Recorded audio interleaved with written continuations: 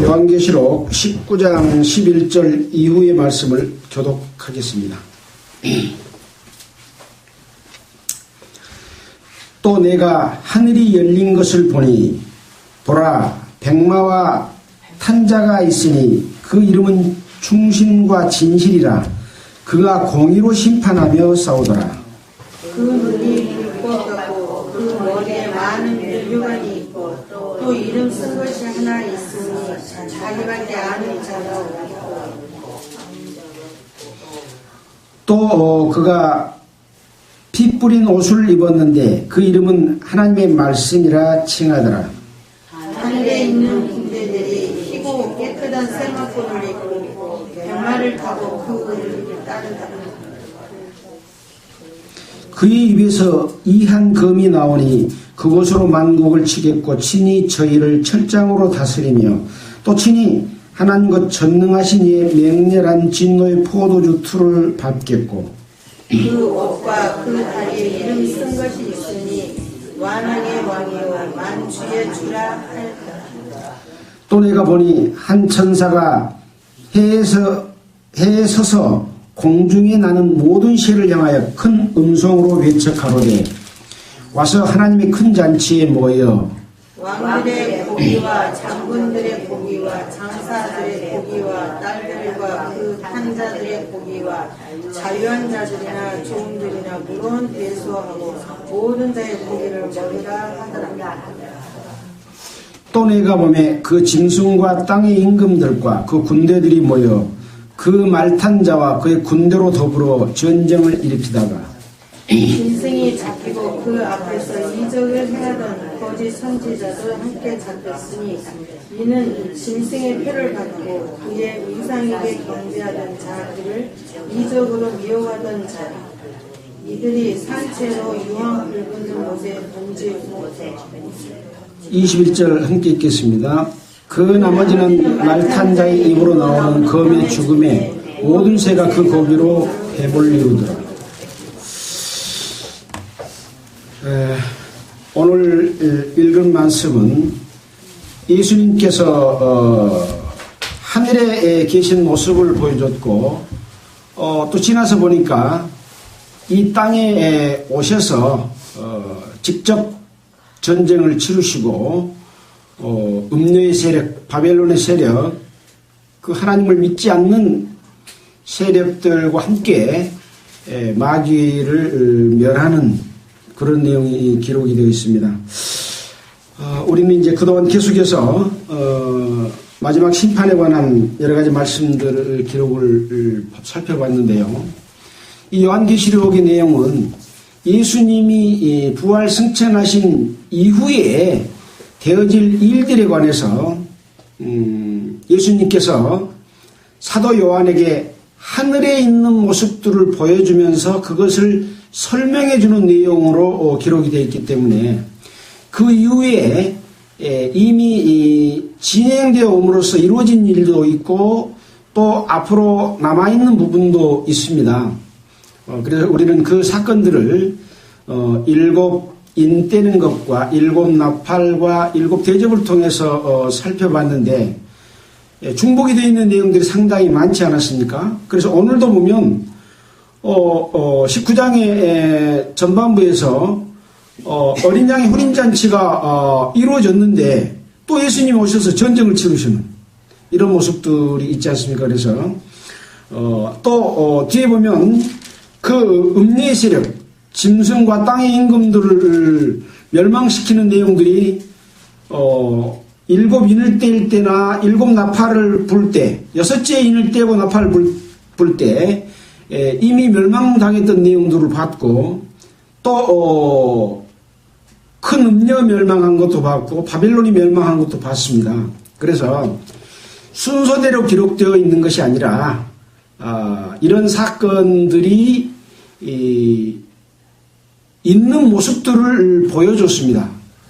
그래서 그 순서를 정확히 구분해내기는 뭐 쉽지 않는 일이지만 오히려 그보다 더 중요한 것은 그 내용이 우리에게 무엇을 어떤 교훈을 줌으로써 우리가 어떻게 살아야 될지 하는 것들을 또 중요하게 말씀했다 하는 내용들을 말씀을 드렸습니다.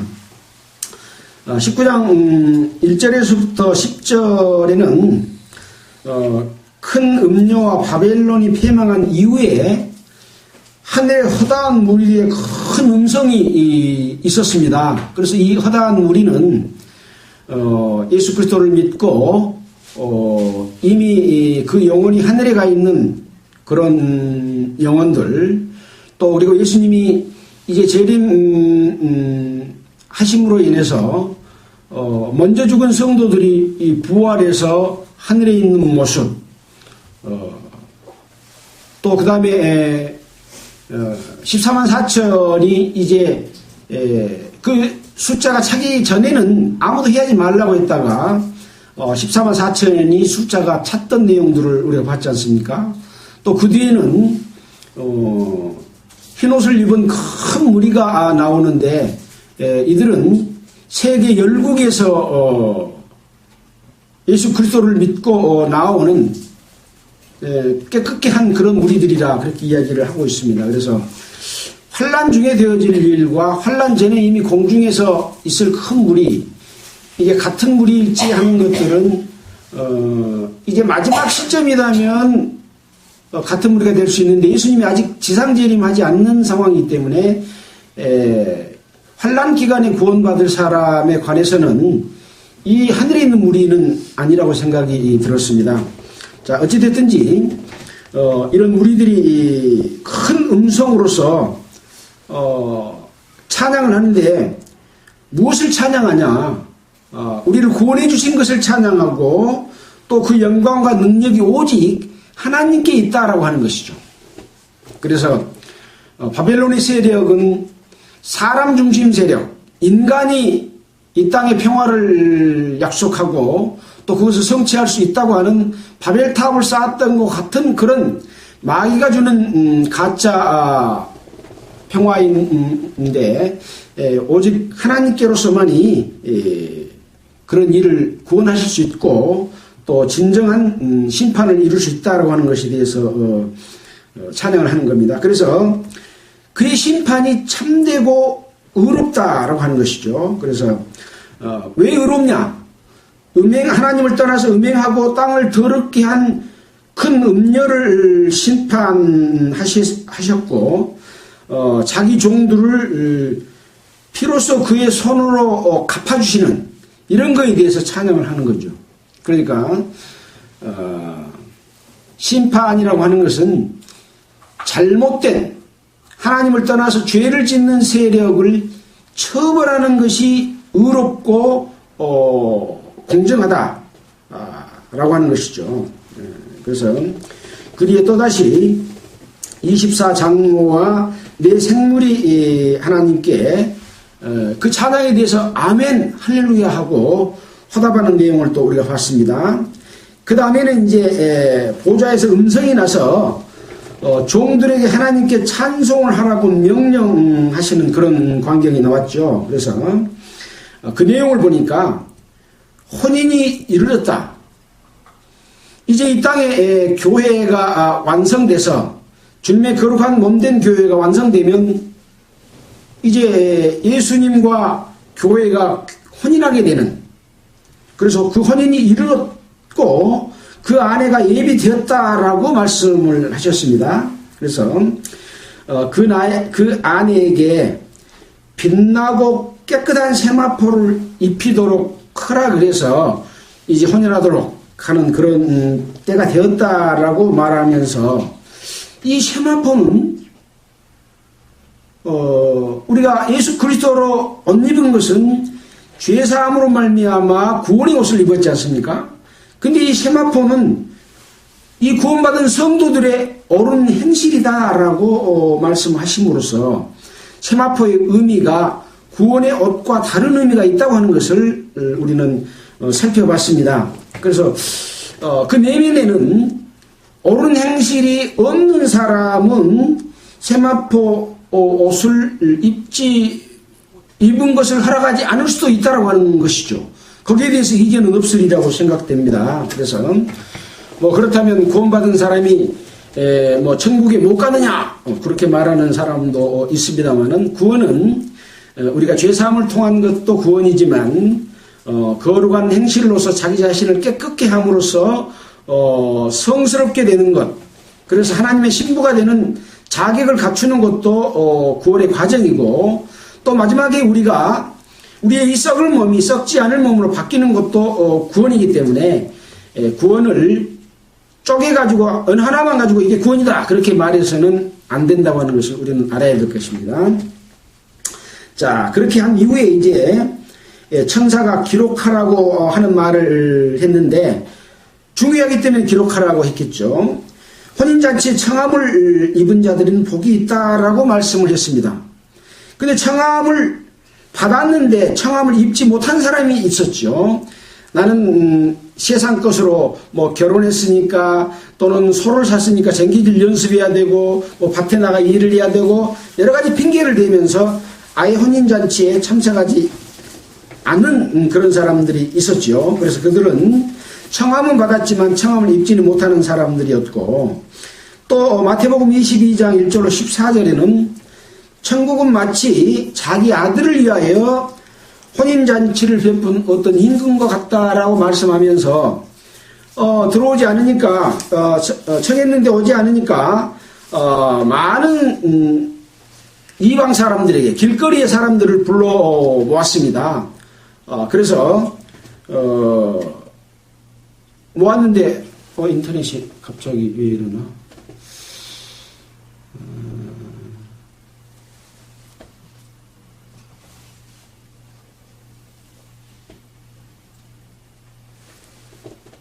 잠깐만요.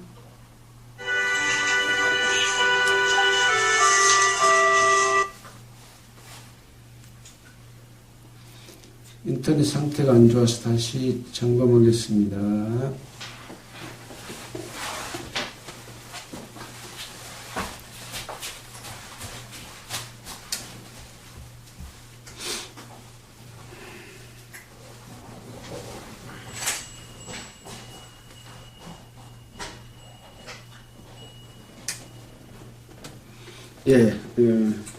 자, 그래서 그 가운데 애복을 입지 않은 한 사람이 있어요.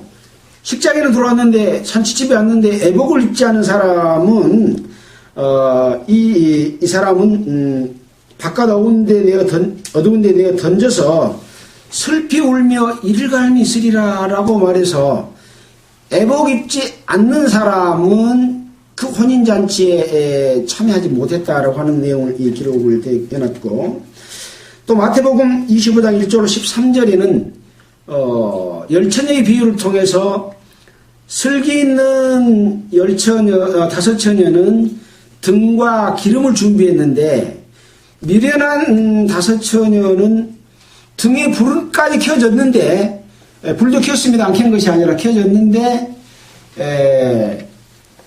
여분의 기름이 없었어요. 그래서 등불이 꺼져감으로 인해서 신부로서 그 결혼식에 참여하지 못하는 그런 일들이 있었다고 하는 거. 그것은 무엇일까? 여기서 기름은 성령이라고 말할 수가 있는데, 성령이 오셨기 때문에 불이 켜졌겠죠. 우리가 예수 그리스도의 죄사함을 받고 우리가 구원을 얻을 때 성령이 우리에 오셨기 때문에 우리가 기뻐하고 즐거워했지 않습니까? 근데 그 성령을 따라서 살지 않냐고 마귀를 따라서 사는 삶, 자기 욕심을 따라서 사는 삶을 살게 되면 성령이 계속 공급되어야 안 돼요. 안 되는 거죠. 그래서 늘 하나님께로부터 오시는 성령의 인도하심 가운데서 주시는 말씀을 공급받고 그 말씀대로 살아가는 것이 곧 기름을 준비해 놓은 다섯 처녀와 같아서, 이 미련한 다섯 처녀는 결국은 혼인잔치에 들어가지를 못했습니다.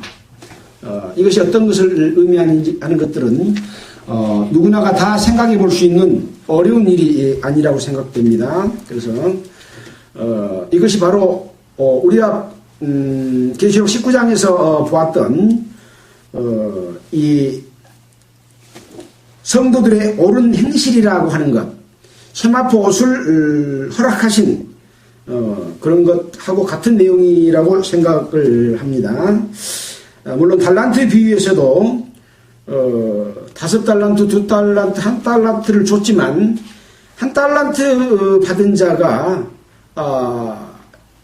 땅속에다 묻어둠으로써 하나님의 그 일하신, 하나님이 주신 걸로 일하는 것을 남기지 않았다는 이유로 1달란트를 뺏어서 5달란트, 10달란트 받은 자, 2달란트 받은 자에게 줘버리는 이런 일이 있었다고 하는 것은 무엇을 의미하겠는가 하는 것들을 우리가 생각해 봐야 될 것입니다. 그래서 누가복음 12장 36절에는 깨어서 기다리라 라고 하고 있고, 계시록 16장 15절에서도 내가 도적같이 오리니 누구든지 깨어 자기 옷을 지켜 벌거벗지 아니하고 자기의 부끄러움을 보이지 않는 자가 복이 있다라고 말씀하심으로써 예수 그리스도께서 옷 입혀 주신 구원의 옷을 지키고 또 성도들의 옳은 행실로서 마지막 세마포 옷을 허락받을 수 있는 그러한 삶이 중요한 것이다 하는 것들을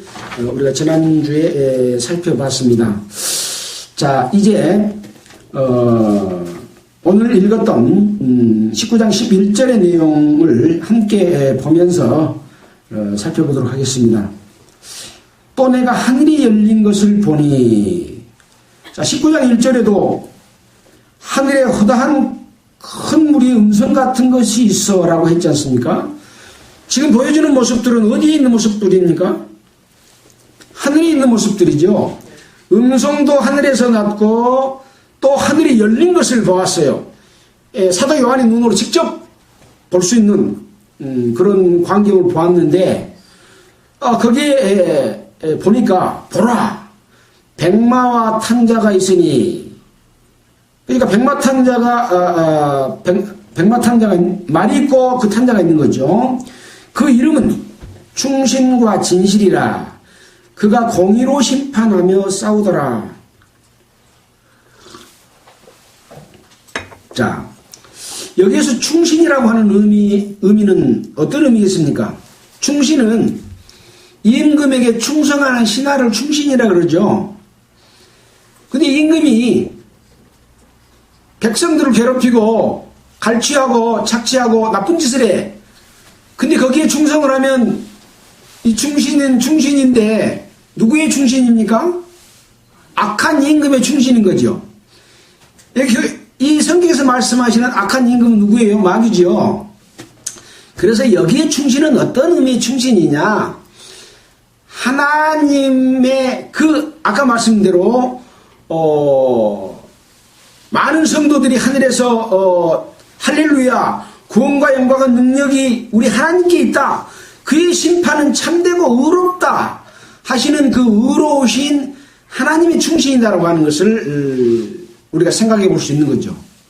그래서 자칫 잘못하면 하나님을 섬긴다 하고 잘못 가르쳐준 마귀의 가르침을 따라 그것에 충성하게 되면 성도들을 핍박하고 죽이는 마귀의 일에 충신이 돼서 심판받는 그런 일이 있을 수가 있다고 하는 것을 우리는 생각해야 될 겁니다. 그래서 그 충신은 이제 진실이다라고 하는 말은 어떤 말입니까? 참된 거짓이 없음. 그래서 정말 하나님의 뜻을 이루는 그러한 삶을 사는 성도들은 참되고 진실한 그런 마음으로 하나님께 충성하는 그런 성도들이라고 할 수 있습니다. 여기 백마를 탄 자도 바로 그러한 분이죠. 자, 그래서 그 백마 탄 자의 모습을 지금 12절에 보여주고 있습니다. 그 눈이 불꽃 같고 그 머리에 많은 멸관이 있고 또 이름 쓴 것이 하나가 있으니 자기밖에는 아는 자가 없고, 또 그가 피 뿌린 옷을 입었는데 그 이름은 하나님의 말씀이라 칭하더라. 하늘에 있는 군대들이 희고 깨끗한 시마포를 입고 백마를 타고 그를 따르더라. 뒤에 보면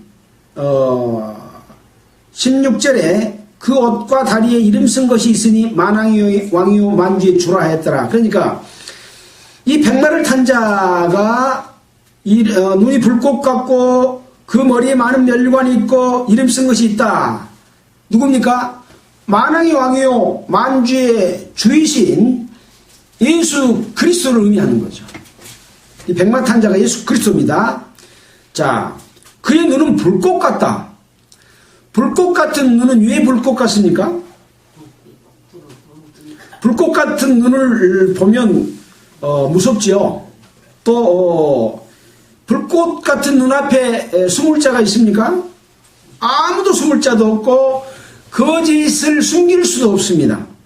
그래서 그런 말씀 드렸죠. 세상 재판은 변호사 사가지고 거짓말을 숨기고 오히려 죄를 면제받고 또 뇌물을 써가지고 판사도 매수하고 검사도 매수하고 변호사도 돈 주고 사가지고 죄를 진 것이 죄를 없이 하고 죄 안 진 사람은 감옥에 여는 이 세상 심판이지만 예수 그리스도의 심판은 불꽃 같은 눈으로 그것을 아까 말씀드린 대로 올바른 심판을 하는 그런 눈을 가지고 있고 진실하고 어렵게 되기 때문에 아무도 피할 수 없는 그런 불꽃 같은 눈인 거죠. 그 머리에는 많은 면류관이 있고 이 면류관은 어떤 겁니까? 우리가 올림픽에서 월계수 관을 씌워주면 승리하는 자에게 씌워진 관이지 않습니까? 그래서 왕이 쓰는 어떤 그 관이다라고 하는 의미도 있지만 승리하는 자에게 씌워지는 영광의 관이라고 하는 의미도 있습니다. 그래서 이 그 머리에 예수 그리스도의 머리에 많은 멸관이 있다고 하는 것은 그동안에 예수님께서 해오시고 이루신 일들에 관한 많은 일들로 인해서 영광을 받게 될 그러한 멸관인 거죠. 이 멸관은 곧 예수 그리스도의 멸관인가 동시에 우리 성도들이 함께 쓰는 멸관이 된 거죠. 예수 그리스도를 머리로 한 몸된 교회이기 때문에 머리가 멸관이 쓰이면 우리 몸도 함께 멸관을 쓰는 것이지 않습니까? 그런 멸관입니다. 또 이름 쓴 것이 하나 있으니 자기밖에 아는 자가 없다 그랬습니다. 자, 그 밑에 보니까 그가 피 뿌린 옷을 입었는데 그 이름은 하나님의 말씀이라 칭하더라. 피 뿌린 옷을 입었는데 이름이 하나님의 말씀입니다. 하나님의 말씀은 누구십니까? 예. 요한복음 1장 1절에 보면 태초에 말씀이 계시니라. 이 말씀이 하나님과 함께 계셨으니 이 말씀은 곧 하나님이시니라. 이렇게 말씀하심으로써 말씀이신 하나님이 육신이 되어 이 땅에 오신 예수 그리스도가 곧 말씀인 거죠. 그래서 여기는 하나님과 예수 그리스도를 의미하는데 그가 피 뿌린 옷을 입었다라고 말하고 있습니다. 예수님께서 왜 피 뿌린 옷을 지금 입고 있을까요? 예수님은 십자가에 못 박혀서 돌아가실 때 많은 피를 흘리고 돌아가셨습니다. 근데 지금 여기 심판, 지금 공의로 심판하며 싸우다라고 하는 그 옷에 피 뿌린 옷이 있다고 하는 것은 어떤 의미일까라고 생각을 해봤습니다. 그래서 거기에 보니까 관주의 H라고 되어 있는데 이사야 63장 2절로 3절 잠깐 보고 갈까요? 이사야 63장 2절로 3절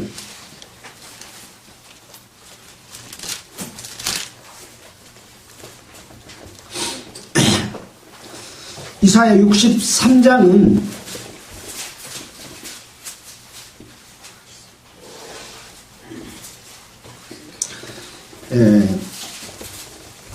여호와께서 에돔을 심판하시는 그런 광경 가운데서 있는 내용입니다. 에돔에서 오며 홍의를 입고 보스라에서 오는 자가 누구뇨? 그 화려한 의복 큰 능력으로 걷는 자가 누구뇨? 그는 내니 의를 말하는 자요 구원하기에 능한 자니라. 어찌하여 내 의복이 붉으며 내 옷이 포도주 틀을 밟는 자 같으뇨. 만민 중에 나와 함께한 자가 없이 내가 홀로 포도주 틀을 밟았는데 내가 노함을 인하여 무리를 밟았고 분함을 인하여 짓밟았으므로 그들의 선혈이 내 옷에 튀어 내 의복을 다 더럽혔음이니. 왜 의복에가 선혈이 낭자하게 묻었다고 그랬습니까?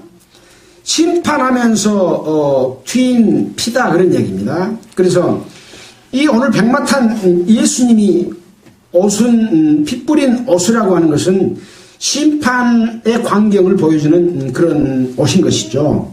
자, 우리는 이렇게 관주를 통해서 그 의미가 무엇인지를 살펴볼 수도 있습니다. 14절입니다. 하늘에 있는 군대들이 희고 깨끗한 세마포를 입고 백마를 타고 그를 따르더라. 하늘의 군대들이 지금 하늘에서 보여준 모습이잖아요.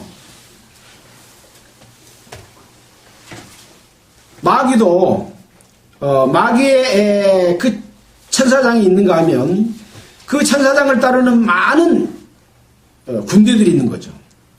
하늘의 천사도 그렇고 마귀도 그렇습니다. 그래서 마귀가 쫓겨날 때 그의 군대들과 함께 쫓겨난 거죠. 그래서 많은 영들이 세상을 미혹하고 하나님을 믿지 못하도록 하기 때문에 귀신을 섬기고 하나님 없이 이 땅에서 죄를 짓고 사는 그런 일들이 벌어지고 있는데, 그래서 우선은 여기 군대라고 하는 것은 하나님의 군대, 천군, 천사. 예수님께서 로마 병정들에게 붙잡힐 때 12영 더 되는 천사들을 불러서 이들을 제압할 수 없는 줄 아느냐. 그렇게 된다면, 거기서 내가 구함을 받는다면 이렇게 이루어지리라 한 성경이 어떻게 이루어지겠느냐라고 말씀했을 때도 12영 되는 천사에 대해서 언급을 했습니다. 첫째는 하늘에 있는 군대, 그러면 하나님의 군대를 이야기하겠죠. 지금 또 하늘에 있는 성도들 있지 않습니까? 아까 19장에 하늘 허다한 큰 무리의 음성 같은 것들이 있었죠. 이 땅에서 먼저 구원받고 돌아가신 성도들이 예수님의 예수님의 재림으로 인한 부활에서 공중에 들어 올라간 그런 영들도 있지 않습니까? 그래서 물론 이제 공중 재림을 하며 할 때 이제 지상의 성도들이 부활을 합니다만,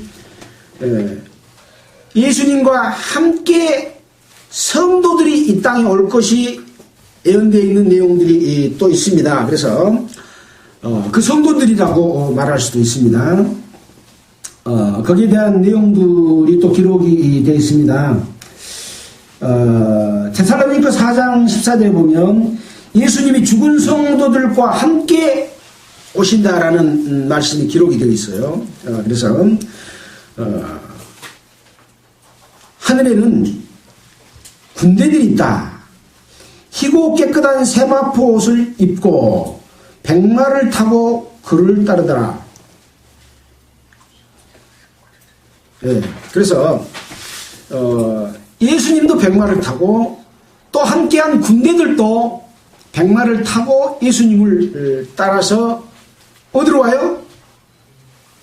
심판은 어디로 와서 해요?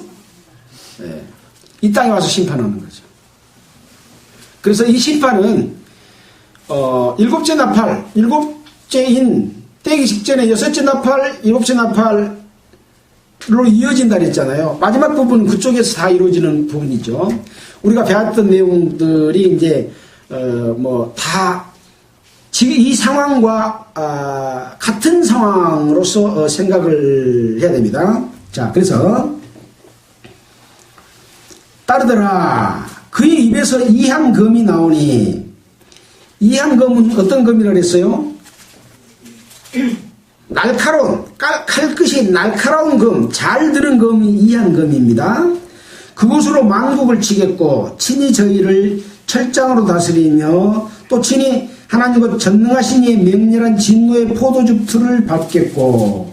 자, 그래서 하나님께서 이 땅에 오셔서 심판하는 그 심판에 대해서는 우리가 그동안에 여러 군데서 봤습니다.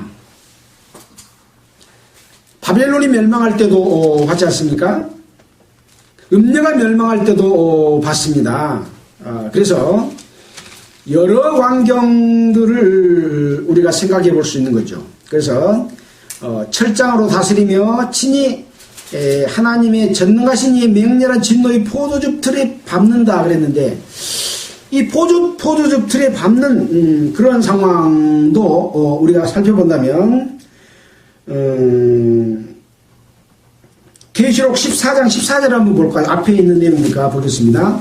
14장 14절에 보면 마지막 수확에 관한 기록입니다. 또 내가 보니 흰 구름이 있고 구름 위에 사람의 아들과 같은 이가 앉았는데 그 머리에는 금면류관이 있고 그 손에는 이한낫, 여기 이한낫이 나왔잖아요. 이한낫을 가졌더라. 또 다른 천사가 성전으로부터 나와서 구름 위에 앉은 이를 향하여 큰 음성으로 외쳐 가라되 네 낫을 휘둘러 거두라. 거둘 때가 이르러 땅의 곡식이 다 익었음이라. 그러니까 이 이한낫을 가지고 마지막 수확인 익은 곡식을 수확하는 그런 광경의 모습을 보여줬습니다.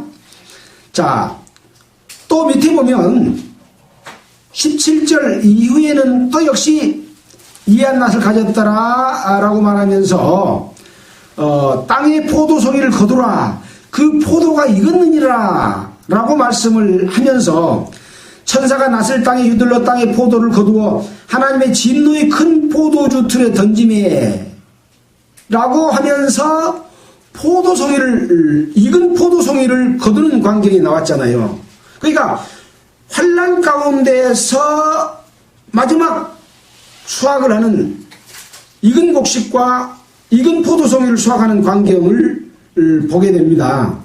그래서 진노와 함께 심판과 함께 거기서도 익은 포도송이와 익은 곡식도 거둬지는 이런 광경들을 함께 보여주고 있습니다.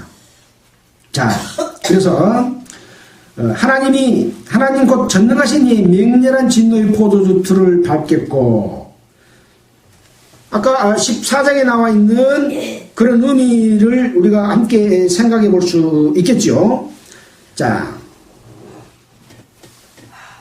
그 옷과 그 다리에 이름 쓴 것이 있으니 만왕의 왕이요 만주의 주라 하였더라. 그래서 예수 그리스도께서 하늘에 있는 모습을 보여주고 면류관을 보여주고 또 함께 있는 군대들을 보여줬고 희고 깨끗한 시마포를 입고 그 군대들도 그렇게 해가지고 이 땅에 와서 만국을 치겠고 철장으로 다스리며 진노의 포도주들을 밟아서 익은 곡식도 수확하고 또 익은 포도나무도 수확을 열매도 수확하는 그런 만왕의 왕이요 만주의 주라라고 할 수 있는 것이죠.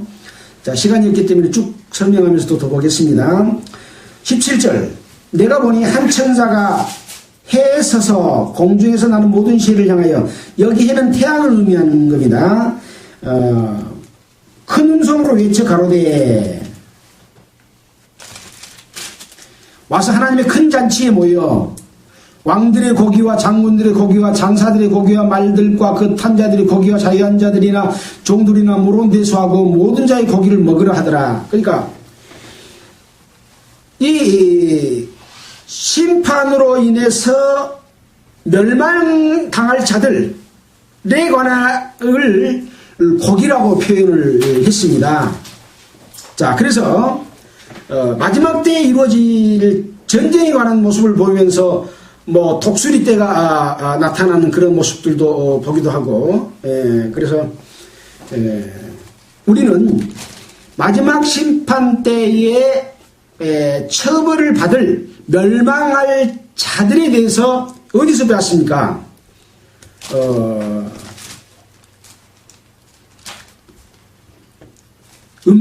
큰 음녀에게 내릴 심판에 대해서 배웠습니다.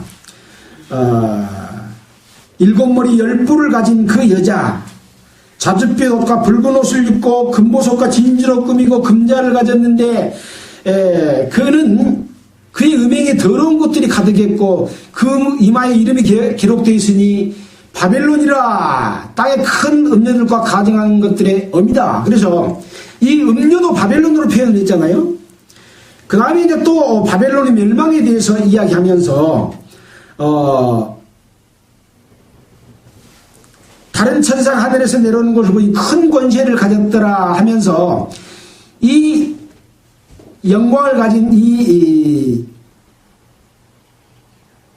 바벨론은 무너졌다 큰 성 바벨론이요 귀신의 초소와 각종 더러운 영이 모이는 것과 각종 더럽고 가증한 새의 모이는 것이 되었다. 그래서 그 음행으로 진노의 포도주를 인하여 만국이 무너졌다. 그래서 진노를 불러오는 것은 뭡니까? 하나님을 떠난 종교 세력인 음녀, 하나님을 떠난 정치 세력인 세계 평화를 약속하고 하나의 국가를 만들어서 인류를 하나님 없이 평화롭게 다스리겠다고 하는 세계 정부를 수립하고자 하는 신세계 질서를 만들고 있는 이 바벨론의 세력을 의미합니다. 그들은 다 귀신의 처소와 더러운 영이 모이는 것과 더럽고 가증한 새의 모이는 것이 되었다. 그래서 그 음행으로 만국이 무너진다. 근데 그동안에 그들이 어떤 일을 해왔냐? 땅의 상고들도 그 사체의 세력을 인하여 침하였도다라고 말하면서 이 바벨론 세력들이 해왔던 일들에 대해서 음행하고 사치하고 또 금과 은과 보석과 진주와 세마포와 자주옥감과 이 모든 물목들을 거래하면서 결국은 자기 자신의 부귀 영화와 이 권세를 가지고 자기뿐만 아니라 이 세상 백성들을, 세상 사람들을 미혹시켜서 함께 죄를 지어왔던 이 세력들을 의미하는 거죠.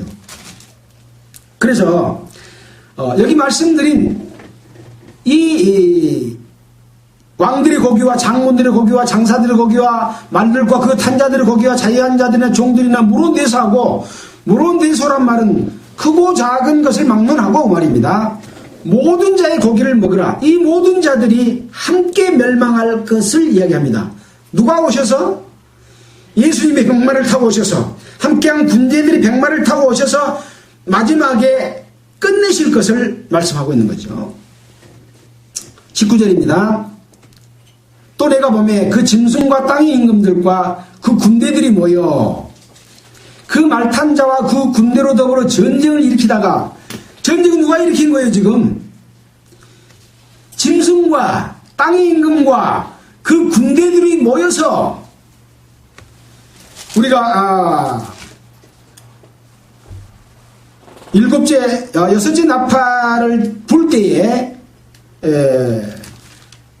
많은 왕들을 아마겟돈으로 모이게 했고, 큰 강 유브라데 강에 소돔의 강물이 말라서 동방에 속는 왕들이 예비되더라.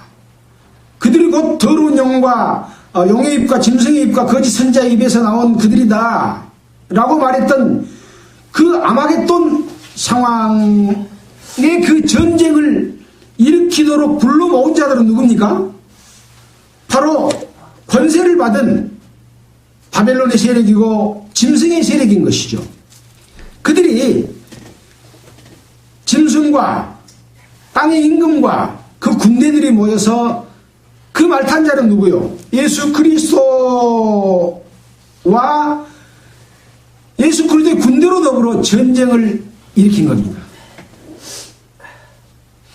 그러니까 이런 상황은 누가 만들어내는 겁니까? 결국은 마귀가 만들어냈고, 마귀가 자기에게 속한 세상 사람들 속에서 역사에서 이런 일들을 자초한 거죠. 자, 결과에 대해서 말씀합니다. 20절입니다. 짐승이 잡히고 그 앞에서 이적을 행하던 거짓 선지자들도 함께 잡혔으니, 자, 짐승에 대해서는 지난번에 이야기를 했습니다.